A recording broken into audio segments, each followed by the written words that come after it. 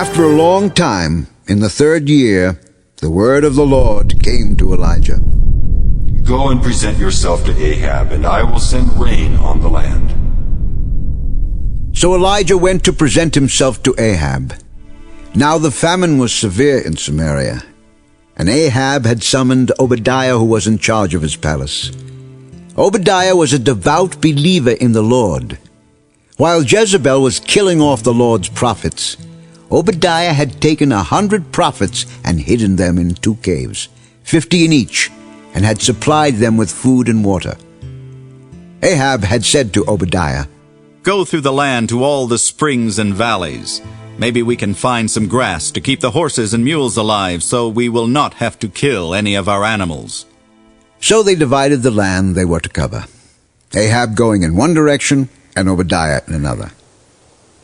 As Obadiah was walking along, Elijah met him. Obadiah recognized him, bowed down to the ground, and said, "Is it really you, my lord Elijah?" "Yes. Go tell your master, Elijah is here." "What have I done wrong that you are handing your servant over to Ahab to be put to death? As surely as the Lord your God lives, there is not a nation or kingdom where my master has not sent someone to look for you. And whenever a nation or kingdom claimed you were not there, he made them swear they could not find you. But now you tell me to go to my master and say, 'Elijah is here.' I don't know where the Spirit of the Lord may carry you when I leave you. If I go and tell Ahab and he doesn't find you, he will kill me. Yet I, your servant, have worshipped the Lord since my youth. Haven't you heard, my lord, what I did while Jezebel was killing the prophets of the Lord? I hid 100 of the Lord's prophets in 2 caves, 50 in each, and supplied them with food and water. And now you tell me to go to my master and say, 'Elijah is here.' He will kill me." "As the Lord Almighty lives, whom I serve, I will surely present myself to Ahab today." So Obadiah went to meet Ahab and told him, and Ahab went to meet Elijah.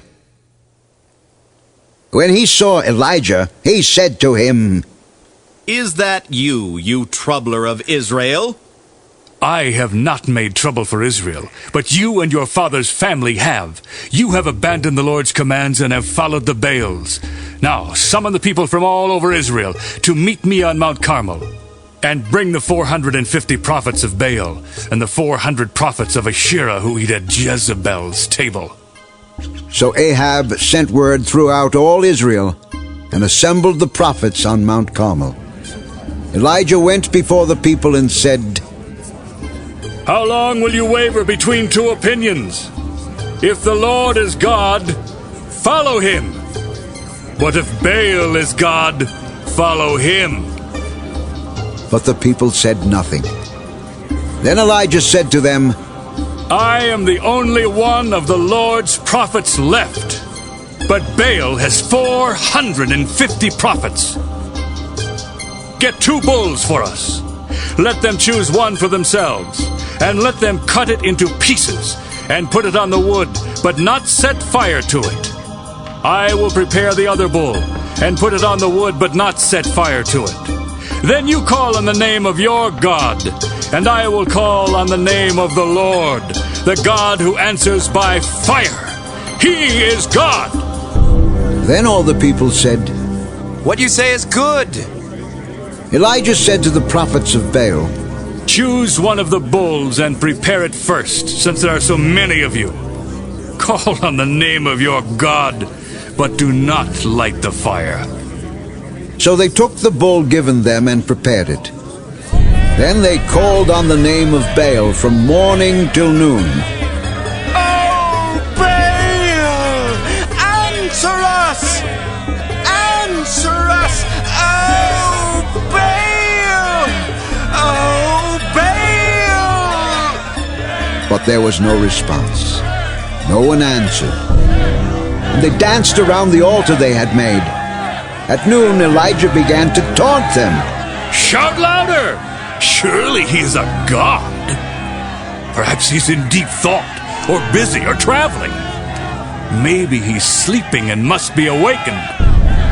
So they shouted louder and slashed themselves with swords and spears, as was their custom, until their blood flowed.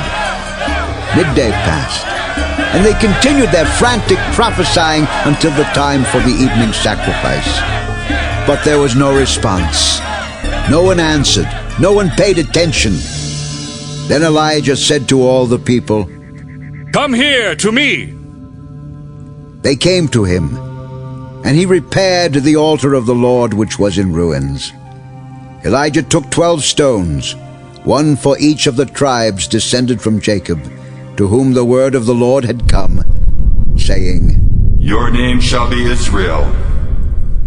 With the stones he built an altar in the name of the Lord, and he dug a trench around it large enough to hold 2 seahs of seed. He arranged the wood, cut the bull into pieces, and laid it on the wood.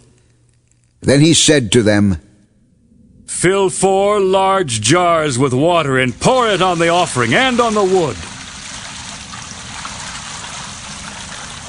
Do it again. They did it again.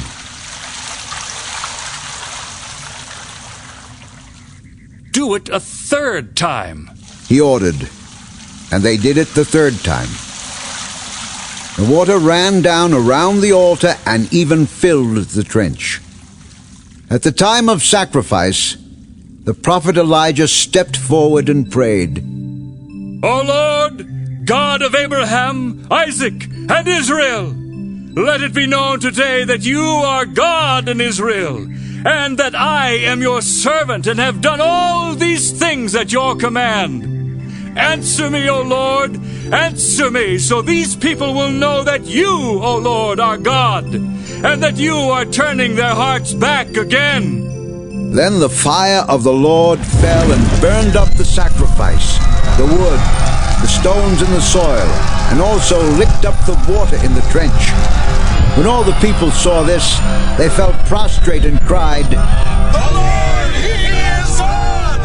The Lord, He is God! Seize the prophets of Baal! Don't let anyone get away! They seized them, and Elijah had them brought down to the Kishon Valley and slaughtered there. And Elijah said to Ahab, Go, eat and drink, for there is the sound of a heavy rain. So Ahab went off to eat and drink.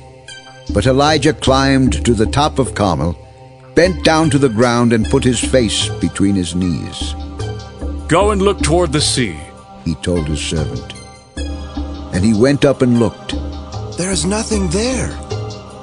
7 times Elijah said. Go back. The 7th time the servant reported, A cloud as small as a man's hand is rising from the sea. Go, and tell Ahab, hitch up your chariot and go down before the rain stops you. Meanwhile, the sky grew black with clouds. The wind rose. A heavy rain came on, and Ahab rode off to Jezreel. The power of the Lord came upon Elijah, and tucking his cloak into his belt, he ran ahead of Ahab all the way to Jezreel.